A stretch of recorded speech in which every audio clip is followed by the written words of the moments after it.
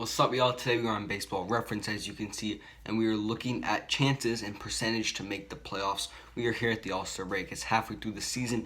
This is a pretty cool site. So they have the chance to win the World Series, make the wild card, division, all that. They have their your percentage going up in the past day, the past week, the past 30 days. Has your team fallen in their percentage to make the playoffs, or have they rose in their percent to make the playoffs? We got the National League, we got the American League. Let's get into it. We'll start off with the NL East, and this one was pretty surprising. The past 30 days, the Philadelphia Phillies have raised their chance to make the playoffs by 17.9%. And if you look here in their most likely scenario sign, they have the Philadelphia Phillies winning the division, and they don't even have the Mets or Braves making the playoffs. We obviously know with the Acuna injury, it's not looking good for the Braves, but the Mets were leading this division for most of the time. That's very interesting that they just fell back. In fact, the past 30 days, the Mets have dropped 18.8% in their chance to make the playoffs. Says that the Braves have dropped. The Nationals and Marlins have been going up a bit.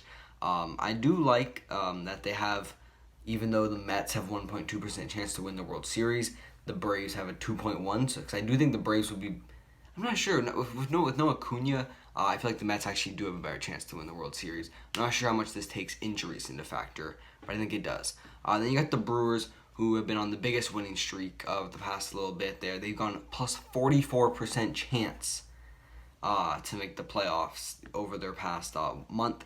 Even the Reds, they jumped 35%. They jumped the Cubs and the Cardinals are actually 8 games back of first place. And a lot of people pick this team to win the division, especially after they traded for Nolan Arenado. That's interesting. I mean, if I'm looking more here, they also have teams' best case scenarios and teams' worst case scenarios. I think that's pretty interesting. Go a little lower down. You have the Dodgers +1 pretty much the past 30 days. The Giants +5. The Giants are still doing it. I can't believe it. Then you get the Padres, who are -16, and probably a lot of people picked this team to finish second in the division and challenge the Dodgers for the first. I would say they're kind of underperforming, but still, what are they? They are. Where does it even say this? They're still 53 and 40, so they're still 13 games above 500. Rockies have not changed. Neither have the Diamondbacks, because everything is under 0.1%, which that's actually kind of funny. It's only the Rockies, Diamondbacks, and Pirates who have had any type of have had no change at all. So that's kind of funny.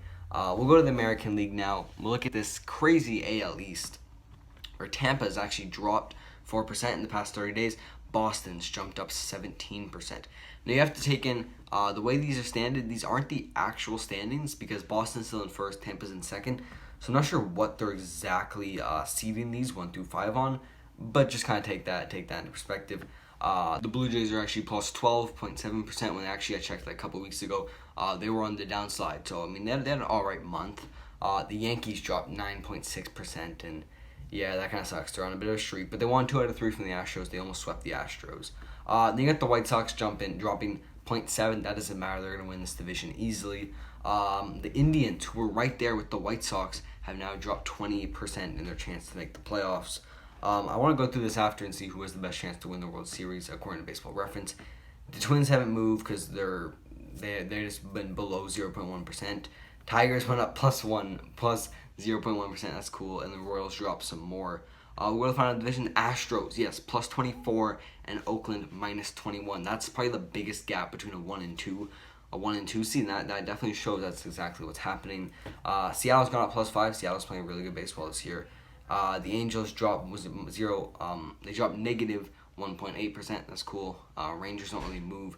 A lot of people talking, should the Angels have drafted Kumar Rocker last night? They probably should have. They took a reliever, but you probably should have taken the starter with the most potential to have like high risk, high reward guy in Kumar Rocker. He has a lot of potential. All right, so let's go through this. Who has the best chance to win the World Series? As I'm looking right now, the Dodgers by far 20.4. I thought the Brewers 4.3 was looking pretty good. Dodgers have a 20% chance to win the World Series. Giants 14, Padres 5. The Rays, they give them a 10% chance. They give the White Sox an 8, and they give the Astros a 14% chance.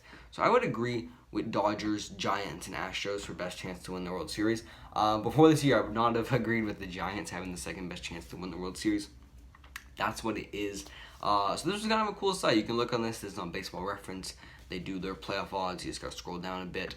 I like the most likely scenario. So they have the Dodgers winning the division, Who else? They had the Brewers winning the division. They had the Phillies winning the division. And then they had the White Sox and Rays winning the division, and Houston winning the